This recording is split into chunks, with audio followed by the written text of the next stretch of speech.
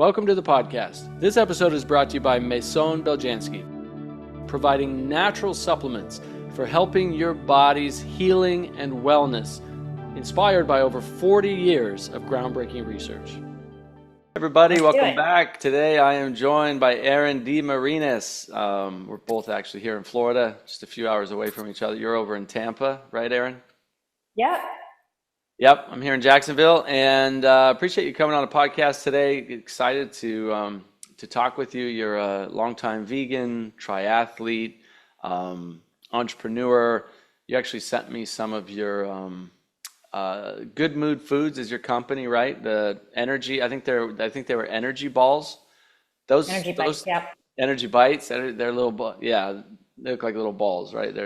They were really, really delicious, by the way, like super good. I try a lot of those kind of, bites and things like that made out of dates and nuts and seeds. And, some of them are good, some are not so good.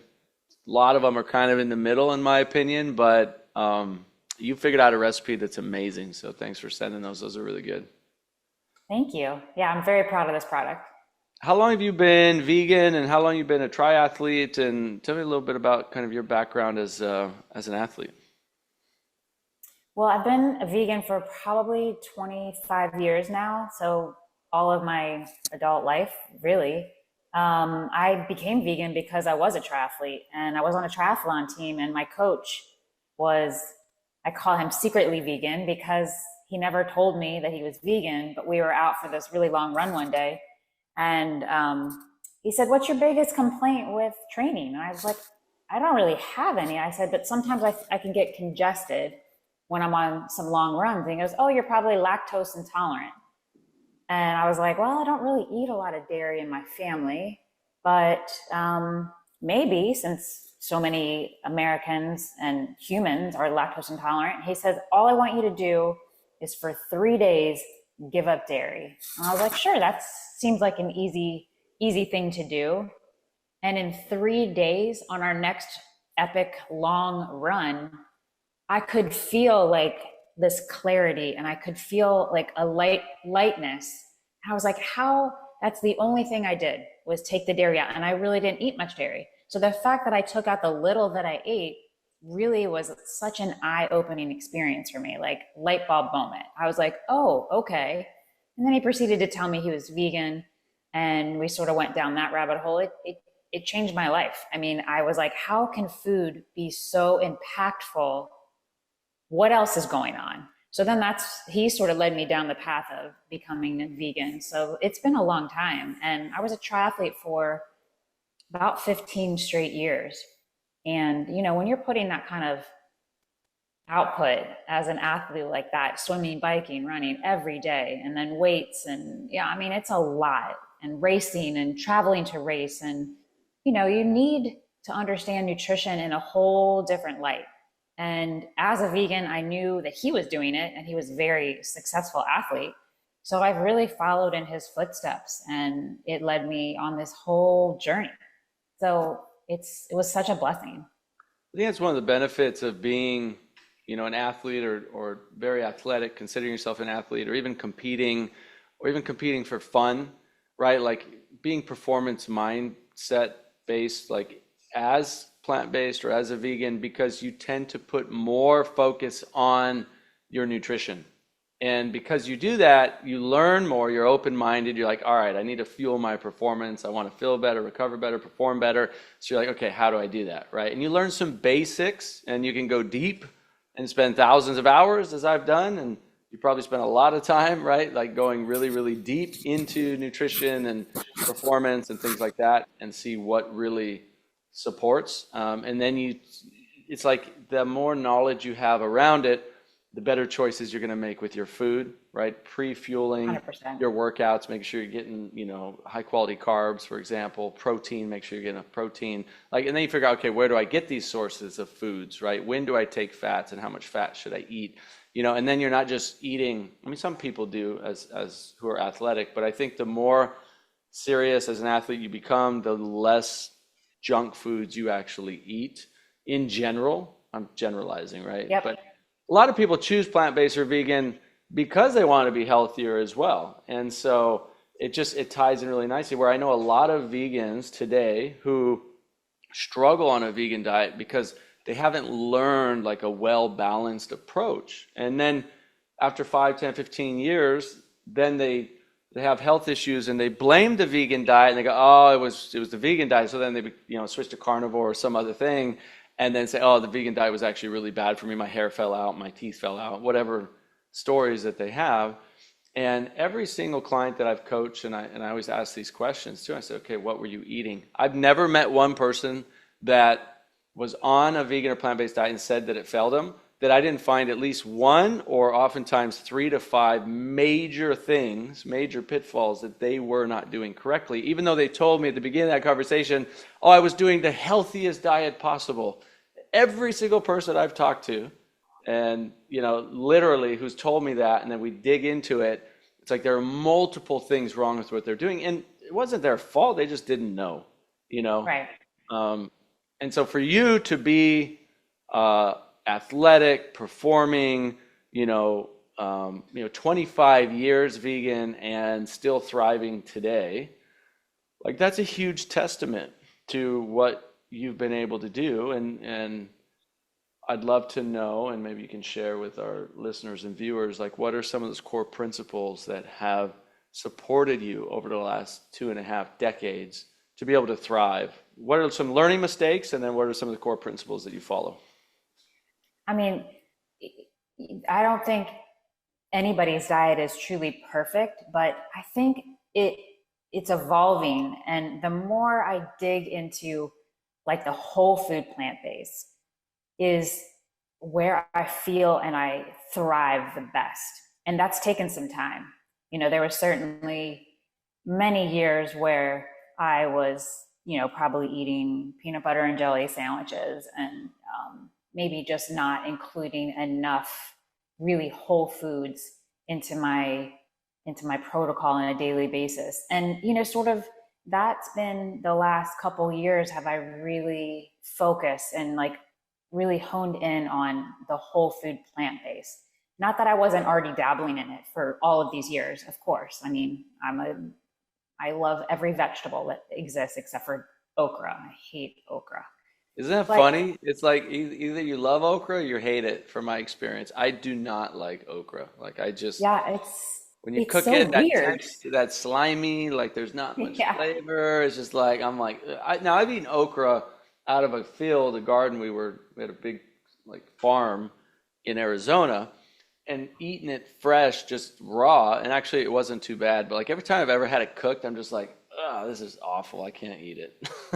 Yeah, it's like this. It's like the strangest vegetable. I don't know. It's like those mini corns, whatever Yeah, those little yeah. corns are. I'm like, I don't get this. But I think So other everybody other has. than okra, you love vegetables. I do, and I eat them. I eat a lot of them. Um, and once you can tie your diet into how you feel all the time, it's like how do you not eat like that 90% of the time, right? Like who doesn't want to feel good all the time? Like as a health coach and a trainer and you know a vegan hospitality consultant and all these jobs that I do and podcasting and all of these things, like I have to be on a lot. And I don't want to fake it with a cup of coffee, right? Like I want to live and breathe what I am also preaching because I know how it feels all the time. So it's like I want to give that gift to people. It's like I have no issues with worrying about how much I weigh and how my skin looks. Like all of these things fall into the same category of what we're eating. And people forget that. It's like this is attached to the rest of us. And it's like, who are you tricking by, starving yourself or going on some kind of weight loss drug? And it's like, I wish I could really just give everybody a blueprint. Like it's not as hard as I think people make it out to be. Like how many grams of protein? Don't worry about that so much. How about like what the quality of the food that you are ingesting on a daily basis? How is it affecting your mood? And are you taking time to make sure you are eating organic and that you're eating carbs? Because everybody is so obsessed with protein. It's like they forget about fiber and like quality carbs. And And those are things that are great for our brains and energy. And it's like, we gotta change the system here. Like it's not easy, but it's not as hard as I think everybody makes it seem. And you know, you walk this life too. It's like, and your protein powder. So I'm not a huge protein shake person, but your powder is the first one that I've had that I love. And I love because you also put adaptogens in it. And adaptogens are huge for me. It's in my coffee, it's in my protein powder now, it's in my bites. So adaptogens are obviously, for people who are listening and don't know, these are things that had to adapt over time, and they have so many great properties that help with anxiety, sleep, mood, energy. And I wish people could understand that including that in your diet then also helps with you being a better athlete, a better partner, a better parent, a better coworker. And all of these things help with a lot of issues that people struggle with, like sleep and depression and anxiety. So I think in the last couple of years, as we're learning more about adaptogens and a whole food plant-based, I think this is kind of where my personal journey is sort of heading into too. It's like, I don't really ever eat anything that I consider, you know, like French fries, you know, I mean, like every once in a while, of course, but I feel so good from the food that I'm eating. It's like, why would I want to divert so much from that? Because I know what I'm going to feel like, right? So, you know, I think the SOS diet that we can fall into is salt, oil, and sugar when we're out at restaurants. That's why the food tastes so good. I think if people spent more time researching and understanding what's in our food and spending a little bit more time cooking at home and trying to eat at least a little bit more from foods that you know where they were sourced, I think everybody would be better. And it's not like I'm some fancy chef. Yeah, I do help people plan their meals, and I do cook for people on occasion and help restaurants with recipes, but it's not as, I think, a big mountain to climb. I think it can be really simple. You know, make sure you're including a sweet potato in your diet, and make sure you're having those fibrous foods and foods that you know where they came from, right? They don't have a label on them. And include more of those on our plates and less of the other stuff, because there's not room.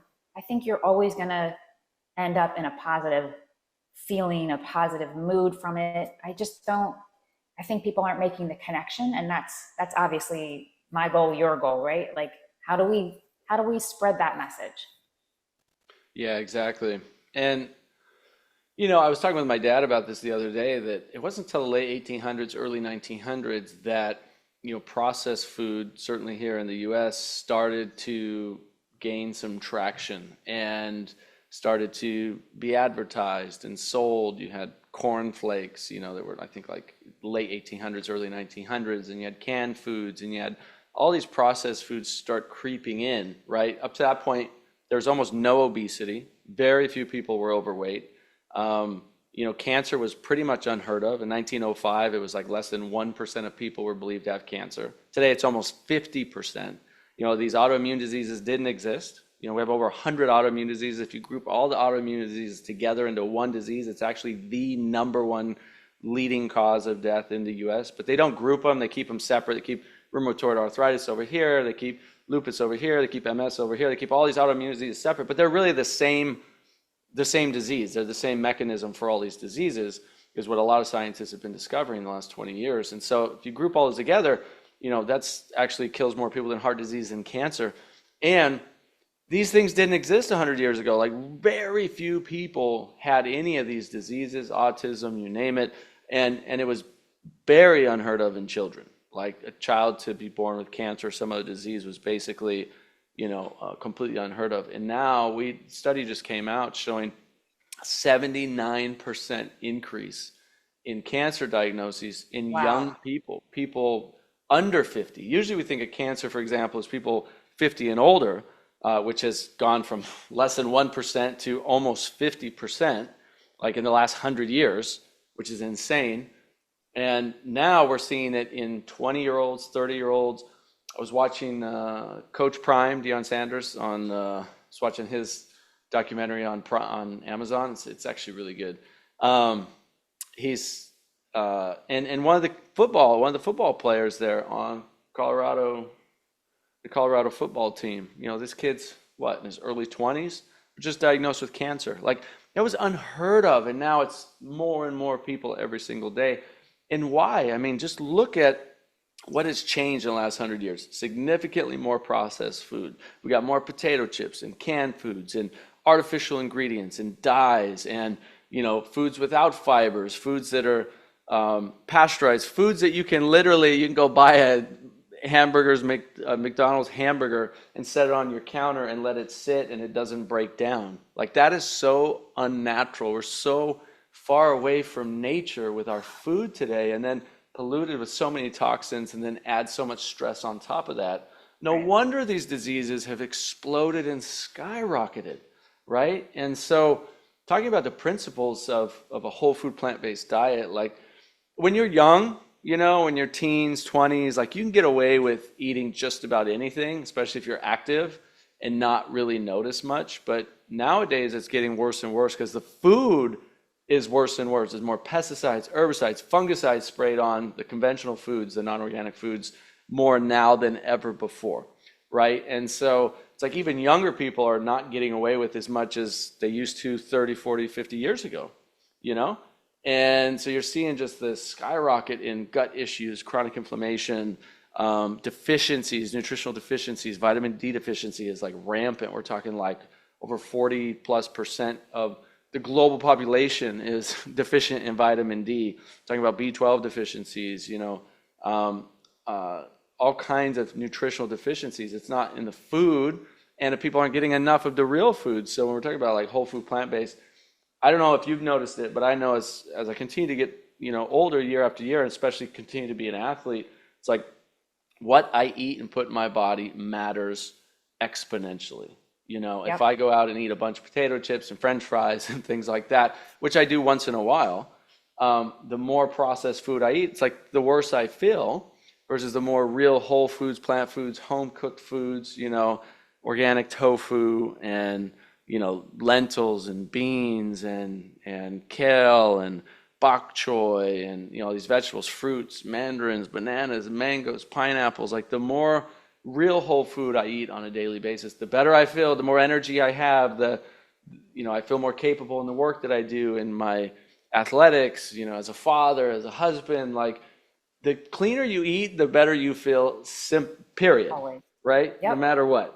And so that's it. I think it's just teaching people those principles and saying, look, start eating this way, eat this diverse whole food plant-based diet and see how you feel. Now, the other challenge is sometimes there is a culprit or two in your diet that you have to figure out. For me, it took years to figure out, like, my body didn't like corn. I love corn, but my body doesn't like it. Like, it caused some serious issues. And I didn't realize that until, years of dealing with it. It was like, oh, stop eating corn. Okay, that's easy. Like, if that's the solution, like, are you kidding me? Now, a lot of people will go, it's the plant-based diet, right? Versus me, I'm like, I know it's not the diet. Like, I know this is all the research I've done, all the interviews I've done, all the papers I've read, all the experience I had. Like, this is, in my opinion, the healthiest diet on the planet.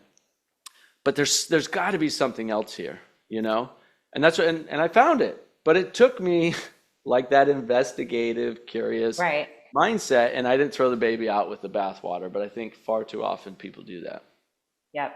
They're looking for that, right? They want to prove you wrong because they're like, oh, you're taking our meat away. And it's like, I'm not taking anything away. Like, keep doing what you're doing, but then don't, right? And then, like, I'm paying for it with my tax dollars for obesity, but yet you are going to just blame it on the vegan diet. It's like, that is so far away from each other. It's like, we won't go down that rabbit hole, but I think. Oh, we can if you want to. We can if you want to. That's what this podcast is for. So we can go down any rabbit hole you want to.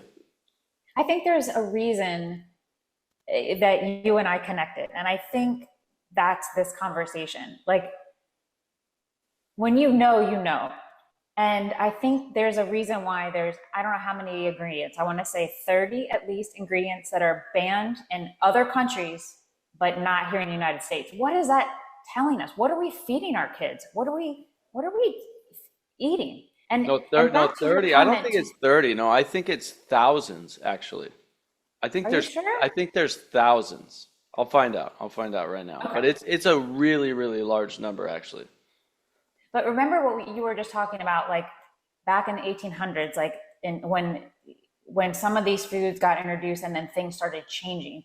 That's the same thing, like with wheat and gluten and nut allergies. Like all of these things they didn't exist, right? Oh wow, here we go. The European Union has banned more ingredients than the United States.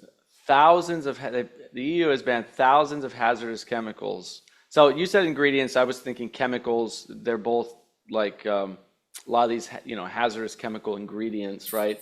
The Yeah. US has banned a few dozen. The EU has banned thousands. Like in the EU, for example, red dye 3, titanium dioxide, potassium bromate. One of the principles they have there, this is what I've heard. I'm just remembering this from years ago, that I'm not sure exactly how accurate this is, but it makes a lot of sense if this is how they follow it. It's like you have to prove with ingredients, like you have to prove safety, right, for that ingredient to be passed. And I'll do a quick little search on that to make sure. Versus here, like you don't have to prove safety, right? All you have to do here is prove that, like, in the small doses in a very small amount for a short amount of time, like you're not going to get cancer, which is insane. Right. Okay, so I take red dye 3. Let's just think this through for a second, right? I take red dye 3 and I put in a really small amount in my food or whatever to change the color. And then I give that to you for a few days or a few weeks, and we don't see anything happen. And we go, oh, okay, so it's fine, it's safe, we can add it. No problem, right?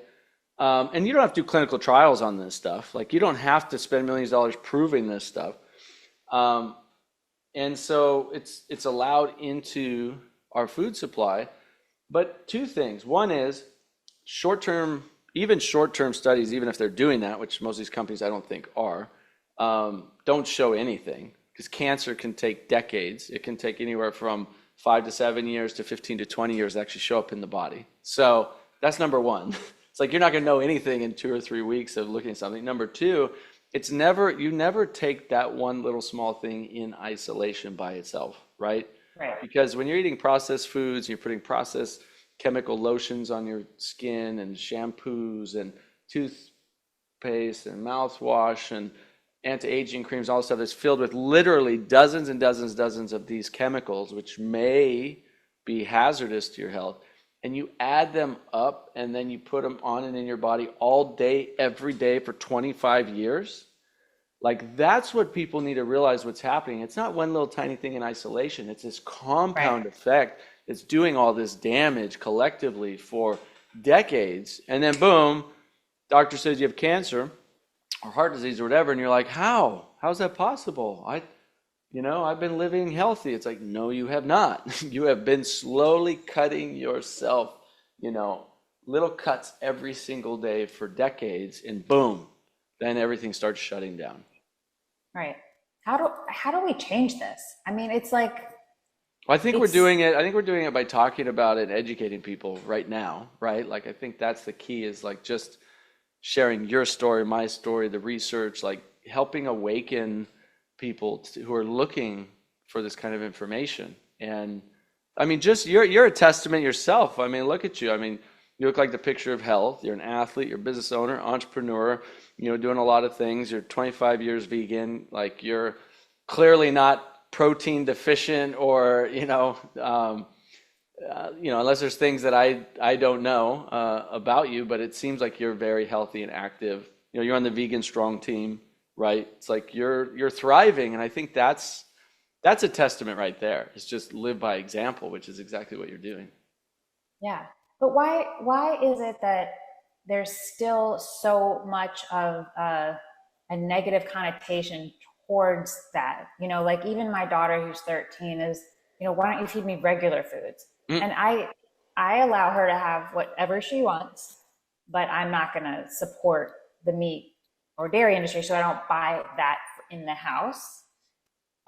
When she eats outside of here, obviously it's different, but it's like she's 13, and she thinks that vegan food is is not real food. And it's like just the opposite. Cheez-Its aren't real food. And that's what she wants, you know? And it's like, I'm trying to give you, you know, there's better versions, which I certainly buy them, even though I don't love them because they're so processed.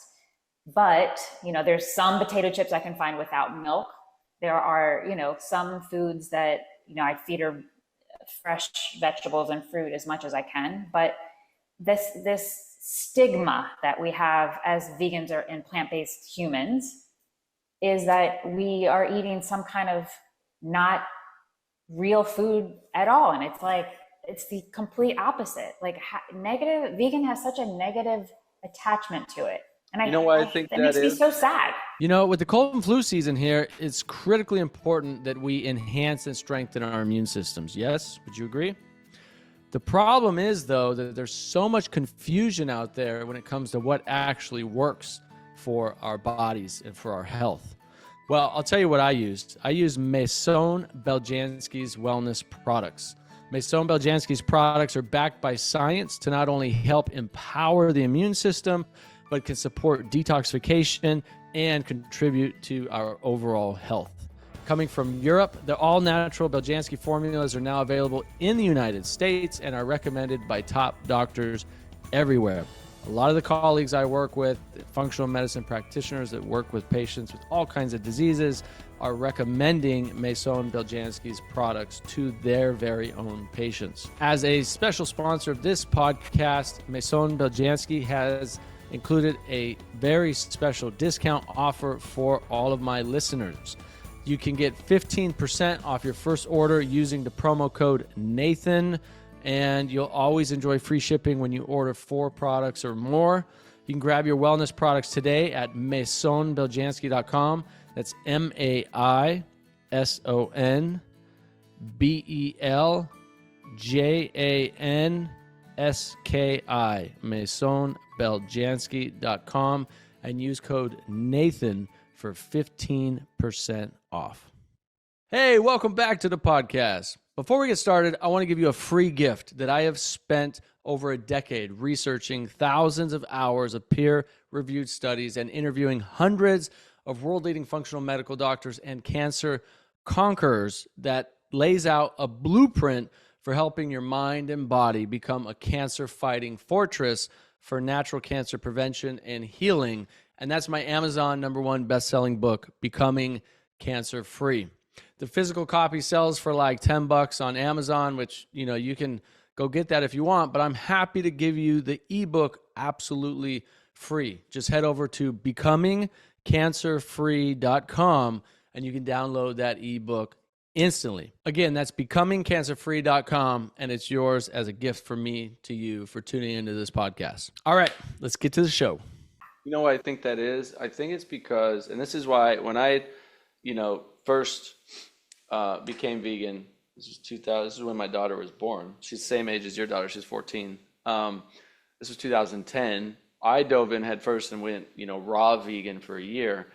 And it was very, I had a lot of fun and made friends and colleagues, and I produced some huge raw living expos and things like that. And we, it was an awesome group of people. But I saw pretty quickly how it became kind of cultish in the raw community. And then, I'm not saying everybody, I'm just saying what I saw in my experience. But then I also noticed, and I was this way too at first for the first few years, where I became very cult-minded in the sense that oh, I'm vegan, this is saving animals, this is the best thing to do for the planet. Everybody has to be this way, right? And so I start just pushing my beliefs on everybody else. I eventually woke up from that and realized, okay, that's not the way to create change. That's not the way to help people. That's not the way to actually, create good on the planet. When you're just constantly forcing your beliefs on other people, you just push them away, right? And so Right. I stopped doing about it, and I just started accepting everybody. Whatever they do, you want to do carnivore, you want to do keto, you want to do whatever, totally fine. You can be in my house, we can hang out, we can be friends. It doesn't bother. It's funny, I'll go out to dinner, and even long-term friends, believe it or not, I had friends the other day we hadn't seen for a couple of years. These are good friends of mine in their 70s and 80s, and we've known each other for years, and we went out to lunch, and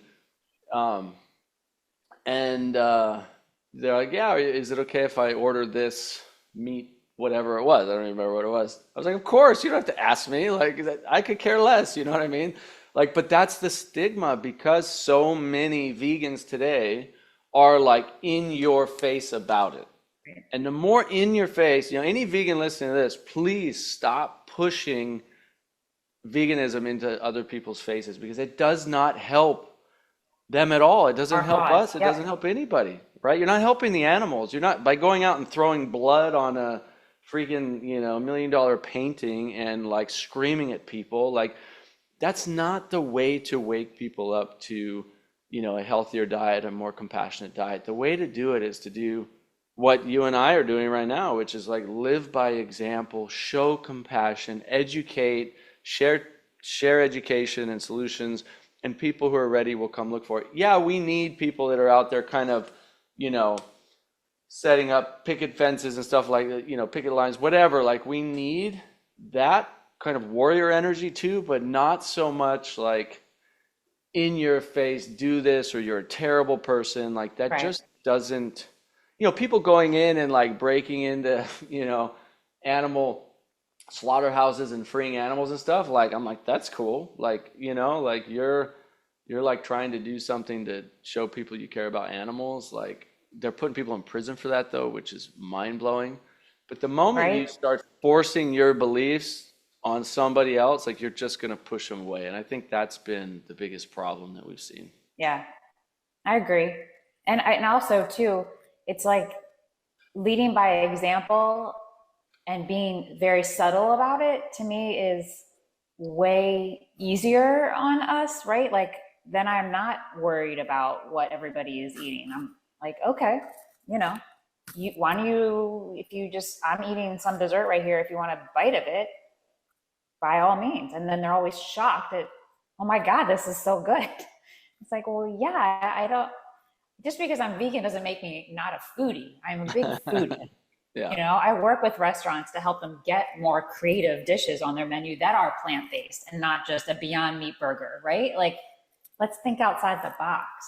It's like not anything I'm eating is not something that tastes bad. I mean, I would sway the other way. You know, it's like eating plant-based is like, to me, a luxury of flavors. You know, people forget it's like you're fixated on your fish, your turkey, your steak, your the chicken, whatever the protein source is, and you fail to see the plethora of protein sources that we have and what we can create with that. You know, mushrooms and seitan and tempeh and tofu and beans and mushrooms. And I mean, let's get real. The creative side of being a plant-based human is pretty lucky. I mean, we have a lot to work with, you know? It's unlimited. It's unlimited. Yeah. Sure. Yeah. Yeah. And I love where it's headed too. I mean, more and more companies are really starting to dip their toe in it. It's awesome to watch it. I actually see a huge, I'm very positive minded, hopeful in the sense that like I see more and more mainstream people, celebrities, media, etc., talking about plant-based, talking about vegan, vegetarian, like sharing their own personal stories, you know, talking about it in a positive light on the media. Like there's a lot of, I think, people kind of waking up and realizing in a mainstream, you know, from like huge channels and spokespeople that are really talking about it. And so there's pros and cons to that, because then there's like the corporate side, which comes in with more and more processed vegan foods, right? Like highly processed, like laboratory manufactured, lots of chemicals, preservatives, just to capitalize on, you know, that market share, which to me is like, is that better? I don't know. Like, yeah, you're not, you know, the compassion side is better because you're not harming and killing all these innocent animals, which I think is beautiful that it supports with that. I don't think most of these companies care about that, right? They're really doing it for the profit. But so yeah, it's better for the animals. Is it better for people? Like, I don't know. There's been some short-term studies on like the Impossible Burger versus like animal products showing, yeah, it's still healthier, like the Impossible Burger. But again, these are shorter term studies. I'm not totally convinced yet. I mean, especially long term, like if you're eating a very clean omnivore diet, I'm just talking health for a minute. Let's put compassion, spirituality, and sustainability aside, but like very clean omnivore diet versus like a highly processed vegan diet. Like I'm not sure the highly processed vegan diet would win against a very clean omnivore diet that has fruits and vegetables and nuts and grains and seeds and beans with, Right. you know, more like 100%. let's call it cleaner meats, right? Like I think health wise, you're probably gonna do better on that than a junk food vegan diet. But you don't have to do junk food vegan diet. You can do a really clean, delicious, tasty, super nutritious whole food plant-based diet, or mostly whole food plant-based diet. It could be even, I teach my clients like 80% whole food, right? Like if you're gonna at least 80% and you're gonna see significant benefits. Yeah, have some potato chips once in a while, have some cereals once in a while, but choose organic and the least processed. But get most of your calories from real whole foods and you're going to see such a huge difference. Now you compare that to any other diet on the planet, and if it's well balanced, you know, this has been shown again and again, especially with a lot of the doctors I work with, you know, with their patients, that like their patients just thrive on that diet. Yep. Right. And I think too, going back to talking about some of the companies that what you just touched on, even Impossible Burger and Beyond Burger, some of the mainstream companies that have created some plant-based or some vegan options, they, because of demand from consumers, are now making them healthier. And you're seeing that. Like I'm seeing the headlines on the packaging, like 75% better than the first version, or however they word it. Oh, I didn't know that. listening. That's good to know. So people are, Yeah. that's the cool thing about us as individuals. People go, well, what can I do? Well, you vote with your dollar, you vote with your voice, Yep. right? I mean, that's really it. It's like you show what you want by what you buy and Yep. by what you share on social media and so forth. And then the companies are gonna change because they don't want to lose the money. So, it's like we're really powerful wherever we spend Yeah. our money. Yeah. I think it's I have them in my freezer right now. I want to say it is, I don't know, it's either Beyond or Impossible is like 75%, and now healthier, and now it's made with avocado oil. So I mean, they definitely are listening, and I think making some changes, which again, as a collective cause of making the world a healthier planet and more sustainable, right? Like these are options that can be healthy and sustainable and not so much of a chemical, version of some of the foods that we still want to enjoy. Because like, who doesn't want a hamburger every once in a while and some French fries, right? But let's make it so it can be also not detrimental to our health. If you're going to be plant-based, right? We don't want that junk food plant-based diet, but we still want to dabble in the flavors every once in a while. Like it's a hard niche to be in, because you're trying to supply the masses, right? You want people to enjoy it, but also it be healthy. So yeah, I think they're listening. I mean, it's every time I go to the grocery store, and that's when I have time, I love to, be able to look around at what's going on. I mean, Kraft macaroni and cheese now has a vegan version.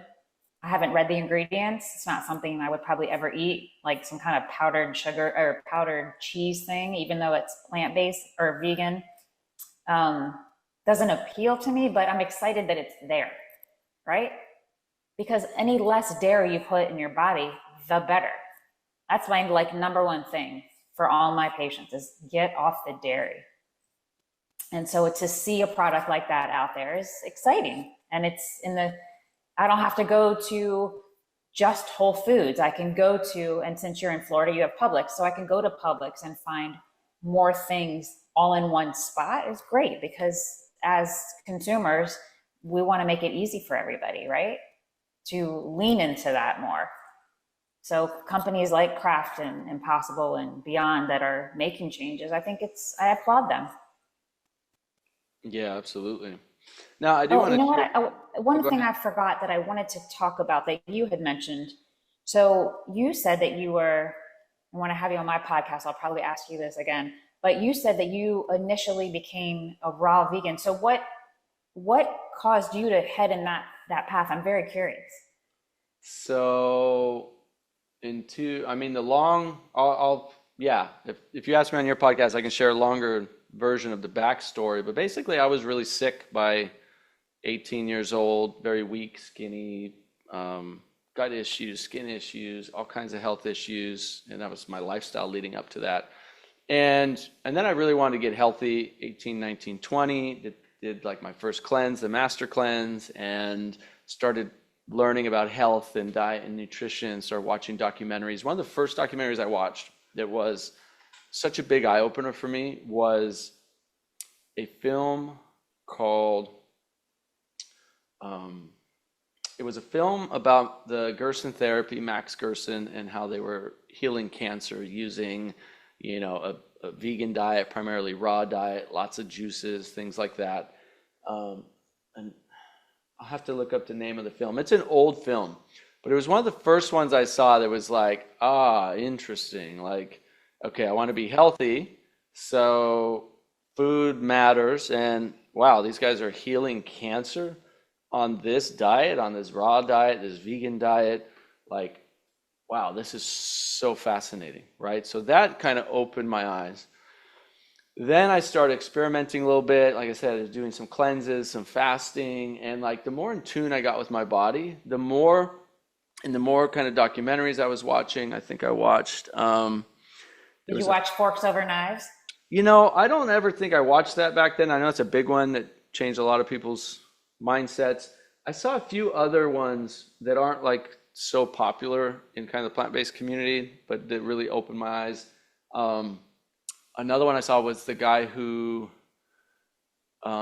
did like I think a juice fast for like 90 days or something like that, and lost like 180 pounds or whatever, and healed all kinds of diseases. And then I started meeting people and talking to people, and so for me it started with health and started cleaning up my diet. Same thing. I think dairy was the first thing to go, and like you start feeling better, right? You're like, you start noticing things like, okay, I'm feeling better without this. This is great.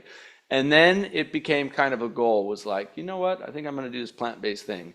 And so it was cutting out red meat, and then months later, eventually chicken. And then the last thing to go for me was fish. And so that was like, I don't know, a multi-month period of time where each of those things, I started cutting out of my diet. And at the same time, like as I was really diving into my spiritual journey and meditating more and reading more spiritual books and spending more time with Buddhist monks and really diving into the compassionate spiritual side of it too, I was like, oh, this makes a lot of sense. It's not only good for my health, but I am Good for practicing you. more compassion for all the living beings on this planet by not killing them and eating them and making them suffer. And I don't need to do that. Actually, I started Right. meeting all these people that are thriving on a vegan diet, and at that time a raw vegan diet.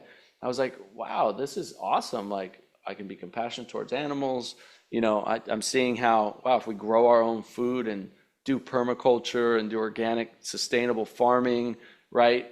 We have a healthy relationship with animals. Like it's way more sustainable for the planet. So it's just those three things that like within probably about a year, when I learn something and I'm interested in something, I just go all in, right? So like I'm watching film after film after film, talking to people, interviewing, experimenting with myself, doing cleanses, noticing the differences. And so then it was just like, boom, I'm all in, right? We're going 100% raw vegan. And so that was kind of the tipping point there, kind of the lead up to it. That's awesome. I love to hear people's stories because a lot of people they start with health and then they sort of learn about so many other things about it too. And it's like, it is this whole mind body connection. And we often forget that this is attached to the rest of us. And it's like, I wish people could grasp that. And I loved that you shared that with me because I didn't know that about you. And it is a very synergistic way to live and to see the world differently, and to not be pushing it out there as your own agenda, but to just be the example, and to want to other people to feel that way without the pressure of it, but just to live it. And I think that's, again, getting that message out is the best way, and the holistic way, right? It's just to do what we're doing, you and I collectively, and then trying to just share it in a non-pushy way. Yeah, exactly. And I think, there's something to be said from a spiritual side that every major spiritual community on the planet has adopted some form of compassion into their philosophies and practices, whether it's the Buddha and Buddhists who have primarily been vegetarian and plant-based, for thousands of years. Of course, there are some Buddhists who don't follow that, but the Buddha's teachings was about do no harm, do not kill any sentient being, the best that you can, and give it your best effort. And so that meant being vegetarian and plant-based at the time. All the teachings, the yogic teachings out of India have always promoted a vegetarian diet, a loving animals diet, compassionate diet, and these India has produced some of the most incredible saintly Jesus-like people and incredible enlightened human beings in the whole planet. I mean, we're talking some of the most beautiful, spiritually advanced, saints around the world have all come out of India, have all come out of a plant-based diet, right? Even Jesus, if you watch the film, the recent film, which I encourage everyone to go watch if you haven't seen it yet, which is called Christspiracy, they make a really great case for Jesus actually most likely being a vegetarian, which I even thought, like really early on, I was like, oh yeah, Jesus was probably vegetarian. Like he most likely did not eat meat. Like because of the teachings. And then I also started spending time with the Essenes, and Jesus was most likely part of the Essenes and trained by the Essenes. And the Essenes were very strict plant-based, for compassion out of the animals, for higher spiritual awareness, and anybody who's ever done a juice fast or been very clean, organic, raw, vegan, that your mind is heightened, your awareness is heightened, your senses are heightened. I'm doing a 5-day fast right now, and it's like I'm on day 2, and it's like things are already feeling heightened. There's something about putting in clean plant foods into your body, or taking a break from all foods, really, but like, let's just say juice fasting or juice feasting, for example, or just raw vegan, like where your meditations are deeper, your mental clarity is higher, you feel a deeper bond and connection and more compassion. There's something about the vibration in these high living foods that when we put into our body, literally energizes and lifts up our own vibration. We know everything in the universe is vibration, whether you study, quantum physics or you study the ancient teachings out of yoga, out of India. It's like everything is vibration, everything's frequency, and I heard this really early on, was like, yeah, you kill an animal and you're putting that dead, often fearful, low energy meat into your body. What do you think it's going to do to you long term? Is it going to raise your vibration, or is it going to lower your vibration? And what was the amount of cortisol in that animal dealing with up until they were killed? And where does that cortisol go in their bodies, right? Like people can't wrap their brains around that. Yeah, you're eating a dead animal. Like there's nothing alive and thriving and fiber and nutrients comparatively to a bowl of lentils. Except parasites. There's usually living parasites in a lot of the meats nowadays. So yes. You might get some unfriendly parasites when you eat meat. Have you seen some of those videos where they look at like a hot dog, for example? That's not real meat, right? That's carcinogenic processed meat. And they open it up and you see like microplastics inside it. You see parasites wiggling around in there. You see it's like, oh my God, like, the fact that I was actually I was speaking at a Wanderlust retreat in Mexico recently, and one of the guys, they have the most amazing like plant-based food there. It's so delicious and incredible and like gourmet. And then one of the guys went to the hotel next door and got a hot dog, and he brought a hot dog on like with some ketchup over to where one of the guys attending the retreat. It was so funny. We're like all sitting there eating all this healthy, delicious, clean plant-based food, and he comes over with his plate and his hot dog, and I'm just like, what are you doing? And all I can think of when I see hot dogs now is like the inside of it with like microplastics and all kinds of things that are in there and parasites wiggling around, and I'm just like, oh, if you only knew what that was doing to your body. Yeah, and now they're finding it when women have their when they are pregnant and they go for their sonograms, you can see the microplastics in the fetus. And it's like, wow, if that isn't enlightening, like what we are putting into our bodies, and then how will we adapt to that? Then, I mean, it's sad. It's really sad. And hopefully we can, again, make some changes in the near future with some of what's going on in our food system. Yeah. That's I mean, to be fair, there's microplastics in everything, right? Plant-based foods. Oh, yeah. Everything. I mean, I know you know that, but for people who don't, it's like, we're not saying that, oh, you're only getting microplastics when if you drink this study came out when I was, I found it right before I was giving a lecture on the vegan cruise last year, and it just blew my mind. It was like in a single bottle of water, so bottled water has something like 100,000 microplastics in it. So if you're drinking bottled water, you are literally like turning your body into a plastic waste dump. And those microplastics are endocrine disruptors. We know that they go in and they start to mess with our hormones, and so eating things like soybeans and tofu and tempeh is actually going to help counter the effects that these xenoestrogens have on our body. And people think, oh, I eat soy and that's going to increase my estrogen. No, in fact, it does not. It does the opposite. Right. It does what your body needs. It attaches to the beta cell receptor, and it actually supports healthy hormones in men and women. And so there's this huge push to avoid soy. And I would say, avoid any conventional soy and highly processed soy. But when you're talking organic soy and you're talking edamame, tofu, tempeh, right? These are super low processed. You're talking like water and calcium, for example, and fermentation, which supports digestion, right? Like all the studies we have show lower breast cancer risk. So estrogen-based cancers, lower breast cancer risk, significantly lower prostate cancer risk. So these hormone-related cancers in men and women, lower cancer altogether. We see,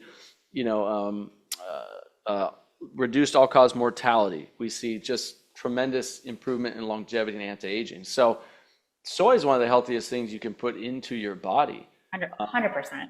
And the polyphenols, right? The polyphenols, like no one's talking about that in soy. Like those are things that are so helpful. Yeah, the phytoestrogen, the plant estrogen is an isoflavonoid, which means it actually has anti-cancer and all kinds of protective benefits for your body, helps balance your hormone system. It actually helps counter a lot of those xenoestrogens from the plastics from attaching to our estrogen receptors. So like there's so many benefits to soy, and that you got all this misinformation out there pushing people away from soy. But again, like it's got to be organic, because most of soy out there is GMO, sprayed with heavy herbicides and pesticides. So it's got to be organic. And some people don't do well with soy, and that's fine. But you've got lentils, you've got chickpeas, you've got, sometimes it's just trying a fermented soy, natto or tempeh, and seeing its fermentation process, and you can do well with it. But I want to talk to you about protein for a second, because you said you don't worry too much about protein, but I do know definitely in the plant-based community, if you look at the studies, there's a significant portion of people who are vegetarian and vegan who are actually deficient in protein. And this is absolute fact. Like there's a good percentage of people who are not getting enough amino acids, especially if you're active or you're over 50. And there's a good percentage of people on an omnivore diet who are not getting enough. It's not just a vegan vegetarian problem, by the way. It's actually become a global problem, that this old RDA of protein that we used to think was the number, which you could get with like a cup of black beans for most people, 130, 120 pound woman, for example, maybe a cup of black beans would get the protein that she needs. That old RDA is antiquated. We have so much more research the last 30 years from Dr. Stuart Phillips and all his team showing that when we go above that, almost double that, we still see significant benefits for muscle protein synthesis, anti-aging benefits. And I'm not talking about like bodybuilder level protein. We're not talking about a gram per pound. We're talking closer to like 0.7 grams per pound. But you see that bone density goes up in older people. You see that muscle protein synthesis continues, which is really important as we age, right? You get 50, 60, 70, like holding on to bone density, holding on to your lean muscle is directly correlated to, living a healthier, stronger life with less sarcopenia, less disease. And so that's the reason why, like, I am really focused on protein now, educating people about protein, because I didn't think it was that important. But as an athlete, I've realized how important it is. The more protein I put in my body is like the stronger and fitter and healthier I became. But then the older clients I work with as well, we get them more high quality plant-based proteins in their diet and they just start thriving, right? So, I mean, yeah, what's your thoughts on that? Well, I guess I misspoke when I said that, like, I'm not focused on protein. I'm very focused on protein.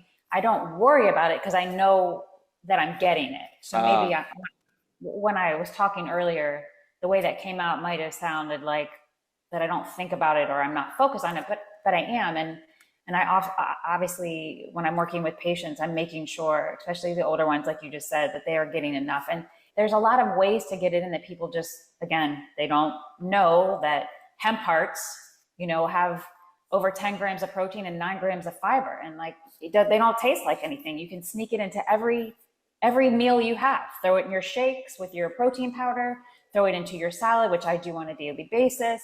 You're having a sweet potato for dinner with some beans, sprinkle it on top of there. It's easy ways to sneak things in. The same thing with chia seeds.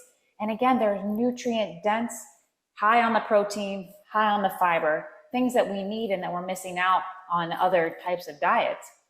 Protein is in so many foods that people don't account for. People don't think of proteins in broccoli. They don't think about the protein they're getting when they do have a handful of nuts, And if you add those items in throughout your day, most people can hit their target. But again, you have to be focused on, okay, where am I getting it? If I have a salad for lunch, what component of it is protein? Are you adding beans, lentils to it, chickpeas, kidney beans, and then sprinkling some hemp hearts and chia seeds on it and maybe some walnuts? Now you've really upped your protein without really having to change much about flavor or adding something that you wouldn't like. Nutritional yeast is something I use and sprinkle in a lot of different things because it is high in B12. So there's easy ways when you're plant-based to do it. You just have to have the knowledge to do it and those ways to sneak it in. And, make sure you're eating a lot of broccoli and make sure you're eating, the seeds and nuts. Sneak those into all areas of your diet and you will hit your numbers. Make sure you're, including tofu in your diet and beans and a variety of things. And that's my big takeaway for most people, is to get them to understand that diversity in the plant world is really crucial because that helps really support your gut microbiome. And we haven't really talked about that much about it in our conversation today, but that gut health and strengthening our immune system is a huge part of being plant-based.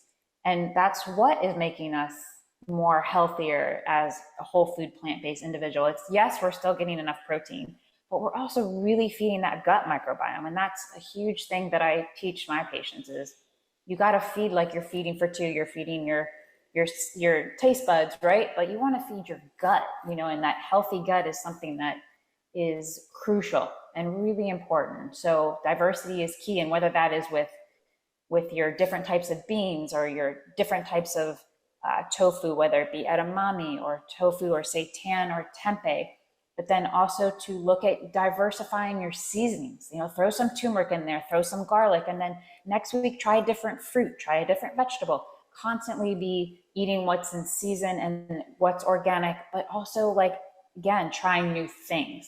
You might find something that you like, which I think a lot of us do when we're on a plant-based diet, is include some of these foods that we've never even tried before: vegetables, fruits, seasonings, different protein sources, different beans, and really different types of potatoes, different types of beets. I didn't know how many different types of beets there were till recently, and again, with that, diversity is so key, right? And you can easily hit your protein goals. But yes, you do have to look at it and sort of know, all right, half a cup of edamame in this salad, that'll give me X amount of protein. 3 tablespoons of hemp hearts, that's going to give me over 10 grams of protein. I mean, in my salad every day, I'm almost at 40 grams of protein in a salad. Nice. Yeah.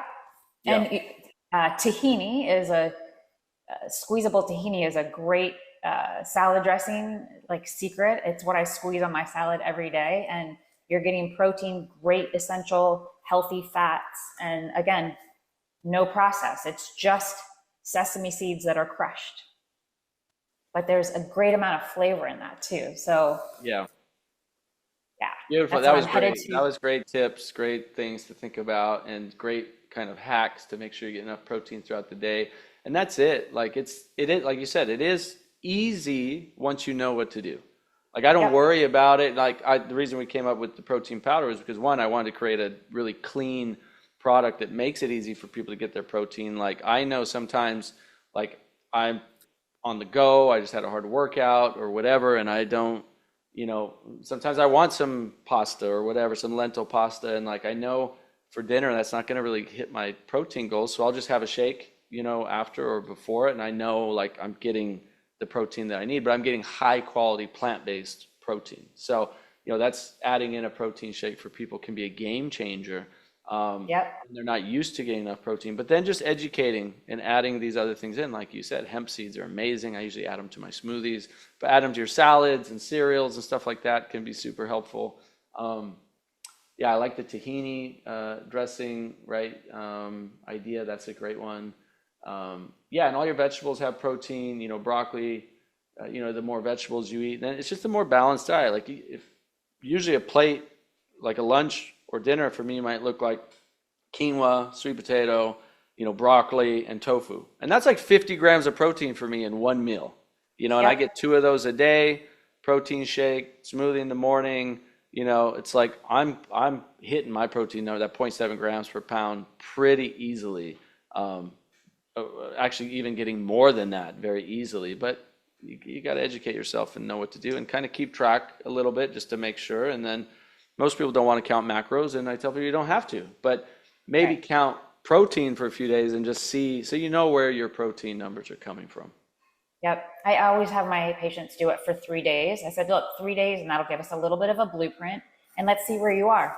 Maybe we need to adjust it, but let's get just a baseline of actually how much protein you are eating, how many carbs you are eating, and how much fat you are eating. Like, let's look at that. And then let's look at the quality of that food. And is it organic? And how can we make those little changes by, adding the hemp hearts in and adding a little tahini here and there. And just making tweaks so they don't feel like they're necessarily having to overhaul everything that they're doing, but just to start these, and you mentioned this earlier, those like micro habits, these little tiny micro habits, they add up to much bigger things. Throwing in a protein shake, I think, is a great idea, because that could be such an easy meal that you're not having to work and chop up a million vegetables for, right? But that you're getting all your protein, and in your protein powder, the fact that it has the adaptogens, like that is such a great additive to have, that is going to help with so many other areas of your life, not just getting your protein. And so I think, and then adding some fruit to that, throwing your hemp hearts in there, I mean, you're really just setting yourself up for a successful day. Yeah, exactly. Well, awesome, Erin. Thanks so much for coming on. It's been a great conversation. I think we talked about 100 other things, but maybe we can do it on your podcast. We can continue there. So, thanks for taking the time, and appreciate you. And what's the best place for people to get in touch with you? Most people can just get a hold of me through Instagram. That's the easiest, at The Good Mood Foods, or my personal one, which is at Erin DeMarines.